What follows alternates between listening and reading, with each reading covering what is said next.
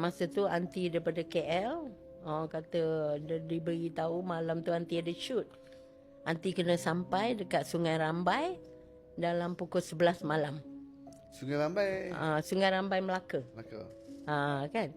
Jadi lepas tu aunty pun geraklah daripada daripada KL. Lepas tu bila dah sampai tu aunty kata aunty terbabaskan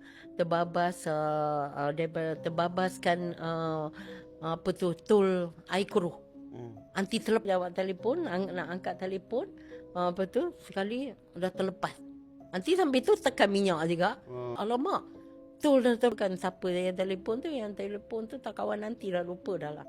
Lepas tu alamak, tol Aikuru dah lepas ni, macam mana ni? Lepas tu baru teringat exit. Just baca lah apa yang aunty boleh baca. Aunty, ada gerai pula. Ada gerai. Tepi jalan tu ada gerai. Tapi dalam hutan ada gerai. Lepas tu ramai orang makan.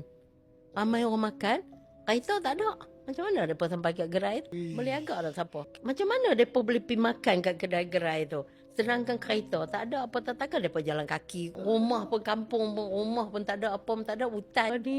Aunty tak berani dah. Aunty pun dah ketakutan. Fikiran ni macam-macam fikir.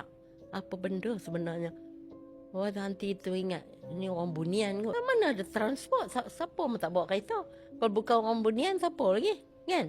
Atau apa benda ke tiba-tiba ada tengah malam. Ramai betul? Ramai lah dalam, ada lah dalam 11 orang, 12 orang macam tu. Tengah makan lah kononnya dekat situ kan. Lepas tu terus. Lepas tu nanti nampak macam orang berjalan. Terus anti speed lah. Yang mana boleh speed, anti speed. Tekan habis wajah tu tekan habis. Tekan minyak. Ni terus. Tapi jalan pula kona-kona pun ada. Lepas tu baca macam mana lagi. Sampai tengah pekan tengah Rambai. Kemudian terus sampai lokasi. Anti terus bercerita dengan dia. Berdebuh aunty punya ni tadi. Seksa yang kata ketakutan tadi.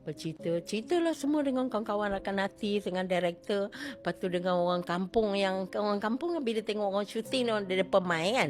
Ada pemain lepas tu orang kampung cerita. Akak ikut mana tadi? Ikut Jasin. Dah terlepas tol Aikuru. Tak ada apa-apa. Ada. Nampak apa tadi, orang tengah makan dekat gerai.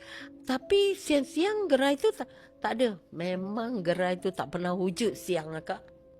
Gerai tu wujud malam saja.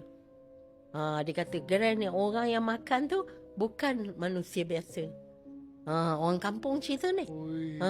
Orang kampung cerita. Itu memang orang-orang bunian. Yang dia makan tu akak bukannya makanan biasa, cacing lah apa segala balik ni.